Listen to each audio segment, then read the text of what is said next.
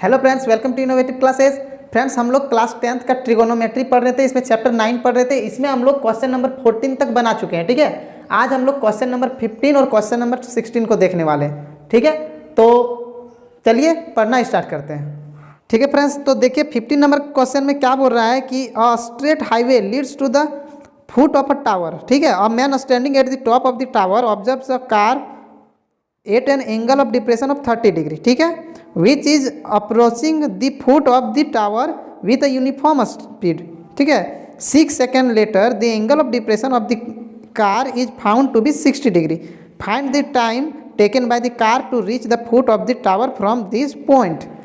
ठीक है, ठीक है, क्या बोल रहा है? सो देखिए, बोल रहा है कि एक रोड है, एक राजमार्ग है। ठीक है, इस तरह से बोल रहा है कि एक राजमार्ग है। ठीक है, एक राजमार्ग है और सीधा राजमार्ग है और जो मीनार तक जाता है। यहाँ पे एक टावर है, इस जगह एक टावर है खड़ा, और ये एक रोड है जो सीधा टावर पर जाता है। ठीक है, टावर के पास जाता है। अब इसके ऊपर में एक आदमी खड़ा है जो यहाँ पे एक कार है मान लेते हैं, तो इस कार को देख रहा था यहाँ से। तो एंगल ऑफ डिप्रेशन यानी कि अवनमन कोण, अवनमन कोण कितना डिग्री बन रहा है? ऊपर से देख रहा है तो पहले बन रहा था 30 डिग्री। ठीक है, पहले कितना डिग्री बन रहा था? 30 डिग्री के अवनमन कोण पर देखता है, जो मीनार के पाद की ओर, जो मीनार के पाद की ओर एक समान चाल से जाता है। 6 सेकंड के बाद कार का अवनमन कोण 60 डिग्री हो जाता है। अब यहाँ से चल रहा है कार, इस साइड आ रहा है। अब 6 सेकंड के बाद अब जो कार दूसरी जगह पे आ गया, यहाँ पे आ गया, तो अब जो देख रहा है यहाँ से, तो अब कितना डिग्री बन रहा है? 60 डिग्री बन रहा है, 60 डिग्री। ठीक है, अब क्या बोल रहा है? इस बिंदु से मीनार के पाद तक पहुंचने में कार द्वारा लिया गया समय, मतलब यहाँ से इस जगह तक पहुंचने में कितना समय लगेगा? बोल दे रहा है कि यहाँ से यहाँ आने में कितना समय लगा? 6 सेकंड लगा है। यहाँ से यहाँ आने में टाइम कितना लगा हुआ है? 6 सेकंड लगा हुआ है यहाँ से यहाँ आने में। तो यहाँ से यहाँ आने में कितना टाइम और लगेगा? ठीक है, हम थोड़ा सा गलत छापे, ये वाला थोड़ा सा और इस साइड आएगा। ठीक है, यहाँ पे क्या होगा? थोड़ा सा इधर आएगा। ठीक है, इस तरह से। ठीक, अब मान लेते हैं ये ए है, ये बी है, ये सी है, ये डी है। पूरा यहाँ से लेके यहाँ तक आने में 6 सेकंड लगता है, तो यहाँ से यहाँ जाने में कितना टाइम लगेगा, ये क्वेश्चन है।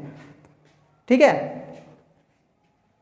तो अब हम लोग यहाँ पे कुछ करेंगे नहीं। यहाँ पे देखिए, ये 30 डिग्री है, यहाँ पे 30 डिग्री है, तो ये वाला 30 डिग्री होगा, और यहाँ 60 डिग्री है, तो यहाँ पे 60 डिग्री होगा, एकांतर कोण से, यानी अल्टरनेट एंगल से। ठीक है, अब हम लोग एक बार लेंगे त्रिभुज ए बी सी, एक बार ए बी सी त्रिभुज में लेंगे। ठीक है, इन ट्रायंगल ए बी सी त्रिभुज में कितना लेंगे? tan 60 degree. A B C में tan 60 डिग्री, थीटा यहाँ पे 60 डिग्री है, और इसमें क्या हो जाएगा? P बाई बी, मतलब A B by B C. क्या लिखेंगे? A B by B C. ठीक है, अब tan 60 डिग्री कितना होता है? √3 होता है, equal to A B. A B कितना है? ए बी तो कुछ दिया हुआ नहीं है, नहीं, मीनार का हाइट नहीं बोला गया है। ठीक है, तो अब देखिए, ए बी तो पता नहीं, ए बी ही रहने देते हैं, by B C. B C कितना है? बी सी भी पता नहीं है, तो बी सी को भी बी सी ही रहने देते हैं। ठीक है, यहाँ √3 बी सी। ठीक है, क्रॉस मल्टीप्लाई कर रहे हैं, बी सी इधर आया तो इससे मल्टीप्लाई हो गया, इक्वल टू ए बी। तो बी सी इक्वल टू क्या होगा? बी सी इक्वल टू हो जाएगा ए बी बाई √3। ये इक्वेशन 1 मान लिए। ठीक है, देखिए एक बार बी सी निकल गया। अब एक बार हम लोग क्या करेंगे? सी डी को निकालेंगे, सी डी फाइंड करेंगे। ठीक है, क्योंकि हम लोग को यहीं से करना है ना, यहाँ से यहाँ 6 सेकंड लगा, तो यहाँ से यहाँ जाने में क्या टाइम लगेगा, तो इसीलिए यही दोनों को ही हम लोग निकालेंगे। तो एक बार बी सी तो निकल गया, बी सी निकल गया। अब हम लोग पूरा बड़ा वाला ट्राइंगल जो है ए बी डी, पूरा यहाँ तक वाला को लेंगे। तो अब त्रिभुज ए बी डी में, ठीक है, in triangle A B D tan कितना डिग्री होगा? ए बी डी में, ए बी डी में tan 30 डिग्री होगा। tan 30 degree equal to A B by B D. ठीक है, A B by B D. ठीक है, पूरा बी डी है इसका बेस। अब tan 30 होता है 1 by √3 equal to A B. A B कितना है? ए बी का तो हम लोग को पता नहीं, ए बी ही रहने देते हैं, बाय बी डी। तो बी डी को हम लोग B C plus C D लिख सकते हैं ना, B C plus C D. ठीक है, बी डी को B C plus C D लिख सकते हैं। अब यहाँ पे क्रॉस मल्टीप्लाई करेंगे तो B C plus C D, B C plus C D equal to क्या होगा, A B root three, A B root three या root three A B, root three पहले लिखा जाता है, रूट थ्री ए बी हो गया। अब यहाँ पे बी सी, बी सी का वैल्यू देखिए इक्वेशन 1 में हम लोग निकाल चुके हैं ना, A B by root three, तो यहाँ पे हम लोग क्या लिखेंगे, बी सी को क्या लिखेंगे, A B by root three और plus C D equal to root three A B. अब यहाँ से सी डी जब निकालेंगे तो रूट थ्री ए बी और ये जो प्लस में है उधर जाएगा तो माइनस में A B by root three हो जाएगा। ठीक है, ये पूरा A B plus A B by root three को उधर भेज दिए तो माइनस में आ गया। अब यहाँ पे देखिए इस तरह से हम लोग क्या करेंगे, भिन्न का घटाव करेंगे, सब्ट्रैक्शन करेंगे फ्रैक्शन का, तो यहाँ पे रूट थ्री आएगा, एलसीएम जब लेंगे तो फिर रूट थ्री का रूट थ्री से गुना तो थ्री ए बी हो जाएगा। ठीक है, रूट थ्री और रूट थ्री का मल्टीप्लाई होगा तो थ्री आएगा और माइनस या रूट थ्री कट गया तो 1 आया, 1 से ए बी का मल्टीप्लाई ए बी हो जाएगा। तो सी डी इक्वल टू कितना होगा, 2 ए बी। देखिए 3 ए बी में एक ए बी घटेगा तो 2 ए बी बचेगा और बाय में रूट थ्री। ठीक है, अब यहाँ पे देखिए सी डी इक्वल टू, इसको हम लोग 2 को अलग लिख देते हैं, 2 गुना A B by root three इस तरह से लिख सकते हैं। 2 को अगर हम ऐसे लिख के 2 गुना A B by root three लिख तो सकते हैं क्योंकि 2 से मल्टीप्लाई करके वही हो जाएगा, ऐसे भी यहाँ पे मल्टीप्लाई है। अब ऐसा हम क्यों लिखे तो देखिए A B by root three, यहाँ देखिए A B by root three equal to क्या होता है, बी सी होता है ना, तो इसीलिए हम लोग क्या करेंगे यहाँ पे सी डी इक्वल टू 2 गुना ये A B by root three को हम लोग क्या लिख सकते हैं, बी सी लिख सकते हैं, तो हम लोग यहाँ पे बी सी लिख देंगे। यहाँ पे हम लोग लिख सकते हैं इक्वेशन 1 से, समीकरण 1 से। ठीक है, समीकरण 1 से यहाँ पे A B by root three को हम लोग क्या लिख दिए, बी सी लिख दिए। अब एक चीज़ देखिए, अब यहाँ पे क्या आ गया, सो देखिए सी डी जो है वो बी सी से 2 गुना है, सी डी जो है वो बी सी से डबल है। इससे हम लोग को यही ना पता चल रहा है कि C D equal to 2 B C है, मतलब सी डी जो है वो बी सी से डबल है।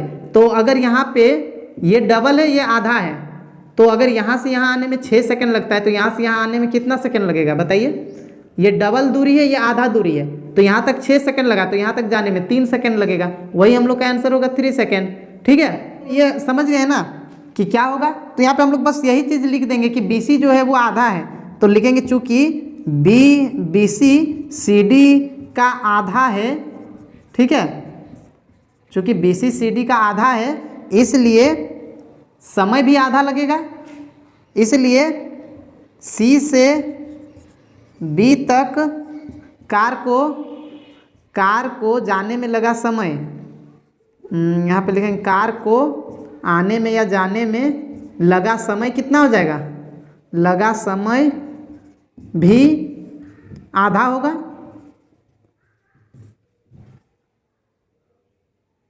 आधी होगी। ठीक है, और तो इसलिए क्या हो जाएगा, सी से बी जाने में लगा समय, इसलिए सी से बी तक जाने में लगा समय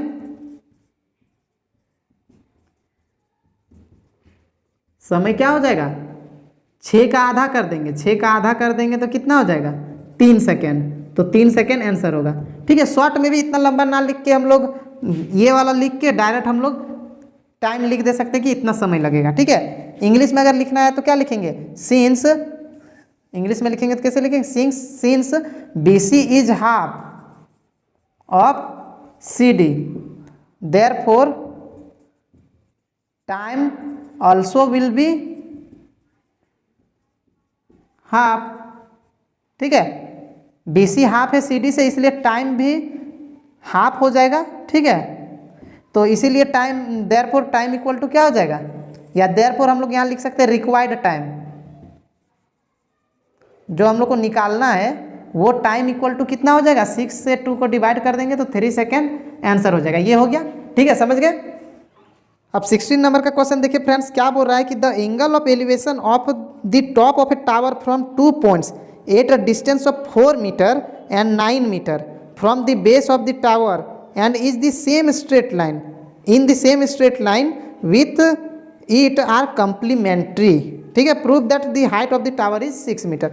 ठीक है, क्वेश्चन में क्या बोल रहा है, तो देखिए बोल रहा है ना कि एक टावर है, ठीक है, इस तरह एक टावर है और ये ज़मीन है, मान लेते हैं ये टावर है, ये ज़मीन है, ठीक। और यहाँ पे क्वेश्चन में बोल रहा है कि एक सरल रेखा में 4 मीटर और 9 मीटर की दूरी पर दो बिंदु है, मतलब इससे, इस टावर से यहाँ से इधर 4 मीटर दूरी पर एक पॉइंट है और यहाँ से 9 मीटर दूरी पर एक पॉइंट है, मतलब यहाँ से यहाँ 4 मीटर है और यहाँ से लेके यहाँ तक 9 मीटर है, ठीक है।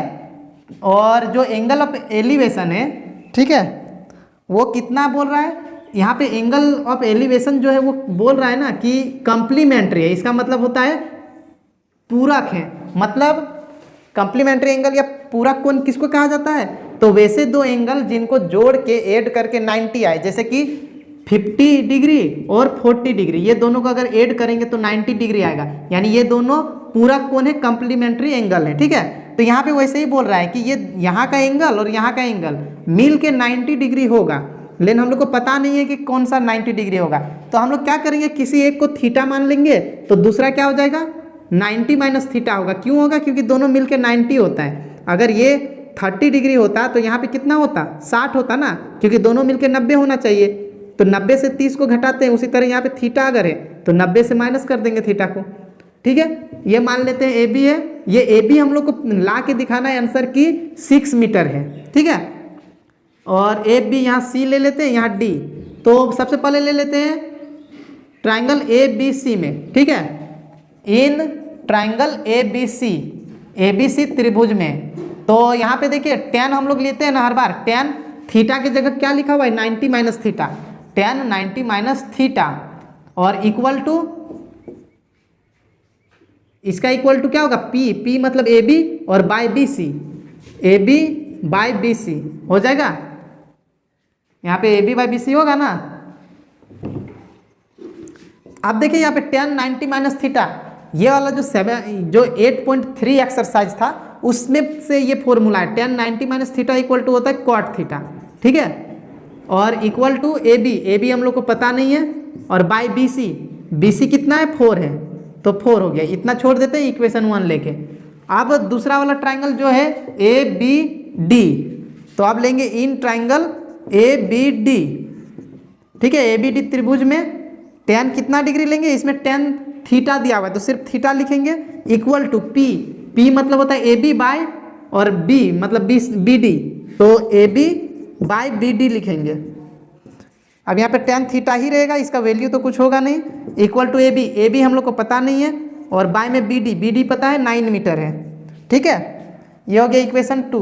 अब यहाँ पे तो सॉल्व करने जैसा कुछ आ नहीं रहा है, तो हम लोग सॉल्व इसको कैसे करेंगे, तो हम लोग क्या करेंगे, ये इक्वेशन 1 और इक्वेशन 2 को मल्टीप्लाई कर देंगे, ठीक है। क्या लिखेंगे, इक्वेशन 1 इसको मल्टीप्लाई करेंगे इक्वेशन 2 से, ठीक है। यहाँ पे क्या लिखेंगे, इक्वेशन की जगह समीकरण 1 गुना समीकरण 2 से, ये दोनों को गुना करेंगे, 1 और 2 को मल्टीप्लाई करेंगे, ठीक है। तो यहाँ पे देखिए cot थीटा इंटू मल्टीप्लाई कर रहे हैं ना, यहाँ गुना हो गया, और यहाँ पे हो गया इक्वेशन 1 में tan थीटा, मतलब इक्वल टू के इस पार वाला को अलग से मल्टीप्लाई, और इक्वल टू के उस पार जो है उन लोग को अलग से मल्टीप्लाई। तो इधर क्या है, ए बी बाय 4 है, और दूसरा वाला में ए बी बाय 9 है, तो यहाँ ए बी बाय 9, ठीक है। अब देखिए tan theta into cot theta या cot theta into tan theta 1 हो जाता है, ठीक है। 1 क्यों होता है, तो देखिए cot theta into tan theta, तो cot थीटा इक्वल टू होता है 1 बाय tan थीटा, या tan theta equal to 1 by cot theta, किसी एक को चेंज करेंगे गुना tan थीटा। ये सब फॉर्मूला हम सब चैप्टर 8 में बता चुके हैं। तो ये tan कट के क्या हो जाएगा, 1 बचेगा ना, तो यहाँ पे क्या हो गया 1 इक्वल टू ए बी और ए बी का multiply, A B square by 4 9 जा 36। अब यहाँ क्रॉस मल्टीप्लाई जब होगा तो 36 का 1 से गुना, तो A B square equal to कितना हो जाएगा, ए बी स्क्वायर, ये 36 इधर आ गया तो 36। अब जब स्क्वायर हटता है ए बी इक्वल टू, यहाँ स्क्वायर हटेगा तो रूट आ जाएगा 36, ठीक है। तो ए बी इक्वल टू क्या हो जाएगा, यहाँ 36 का स्क्वायर रूट यानी वर्गमूल क्या होता है 6, यानी ए बी इक्वल टू 6 आ गया। यही तो हम लोग को प्रूव करना था कि इसका हाइट जो है ये 6 मीटर होगा, प्रूव करें। तो ये हो गया 6 मीटर प्रूव्ड। ठीक है, ये 9 चैप्टर ट्रिगोनोमेट्री हम लोग का कंप्लीट हो गया है। ठीक है, तो ठीक है फ्रेंड्स, वीडियो अगर अच्छा लगा तो लाइक कर दे, और अगर आप इस चैनल पर नए हैं तो प्लीज़ सब्सक्राइब कर दे और अपने दोस्तों को भी शेयर कर दे। Thank you.